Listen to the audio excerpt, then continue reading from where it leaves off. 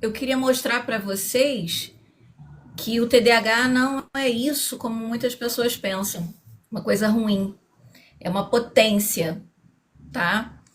Então, muita gente cresce ouvindo que é distraído, que é desorganizado, que é intenso demais, e só na vida adulta começa a entender que talvez isso tenha um nome, porque quantas pessoas não ouviram coisas muito ruins durante a vida? Mas eu acho que isso é preguiça, eu acho que você é burro, ou eu acho que você não vai conseguir. Tanto que meus pacientes brilhantes têm TDAH, mas na fase infantil sofreram muito com isso, tá? E muitos pais estão descobrindo que têm, mas não foram diagnosticados por conta dos filhos, porque começa a perceber, nossa, eu era assim também. Amanda, Hum. qual foi o momento da sua vida adulta em que você pensou, tem algo errado comigo? Então, eu me inscrevi em uma pós-graduação, né, de nutrição no autismo e TDAH, né, antes de começar, né, as terapias com a doutora Marcela. E eu me identifiquei muito na parte, né, do TDAH. Mas é aquilo, a gente se identifica, mas muitas das vezes nós não aceitamos, né? Então, quando foi em 2023, né, no mês de agosto, eu iniciei, né, a sessão de terapia.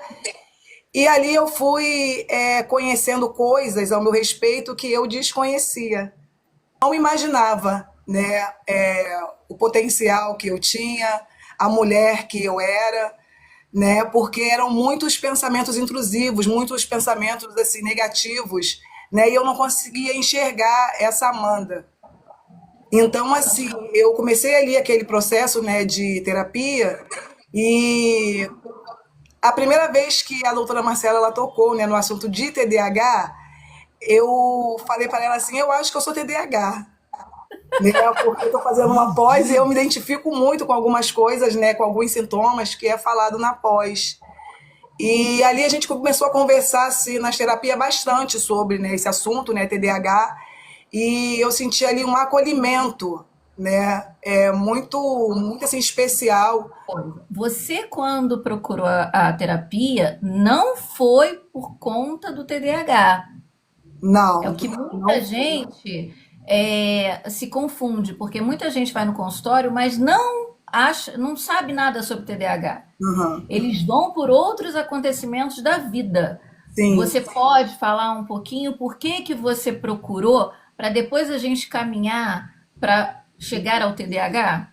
sim, eu procurei na realidade ajuda, né, por conta da empresa da qual eu trabalhava, né, e eu cheguei em um estado de exaustão, né, depois tive o diagnóstico de burnout, né, da qual eu não conseguia mais nem ficar no local de trabalho. Para mim era muito doloroso, né, ter que acordar, né, para ir para aquele local aonde eu já sentia que eu estava totalmente adoecida e eu já não conseguia mais render. E na verdade, as pessoas, eu deixar um parêntese aí, as pessoas procuram sempre por causa de ansiedade, por problemas no trabalho, no relacionamento. Só que com a consulta é que nós vamos perceber que às vezes aquela frustração, aquela procrastinação que você começa a se cobrar demais é um transtorno do déficit de hiperatividade e atenção sem diagnóstico quando criança. E com certeza essa pessoa, quando está no trabalho e ela não tem o hiperfoco naquele trabalho, então vamos lá, gente. O que é o hiperfoco? É quando. Porque o TDAH, ele não é déficit de atenção. Eu não gosto de chamar déficit de atenção. Ele é uma instabilidade da atenção, porque você hiperfoca em tudo ao mesmo tempo.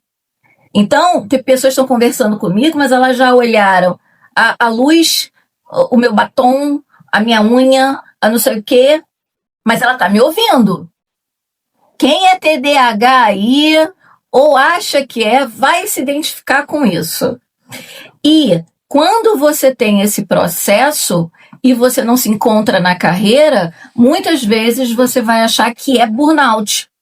No começo da Amanda é realmente burnout, mas a gente foi descobrir, e aí que veio o diagnóstico TDAH, que ela não era feliz naquilo. Ela tinha passado num concurso, né, Amanda? Sim. E quando a gente passa num concurso, a gente acha assim, mas é estabilidade. Mas não era o que ela gostava.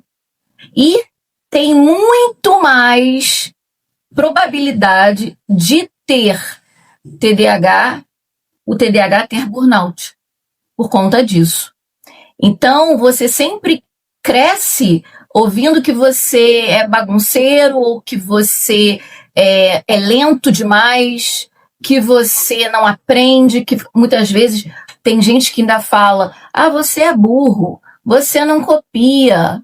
E não é isso. É um processamento cerebral estimulado. O cérebro, essa área do córtex pré-frontal é hiperestimulada, tá? Então, e outra coisa que a gente não pode fugir, tem que ser diagnosticado esses critérios antes de 12 anos de idade, tá? Então, tudo que eu pergunto, quando você era criança, você já apresentava? Porque pode ser uma ansiedade, só um clássico burnout, mas no caso da Amanda, né, Amanda, já era assim.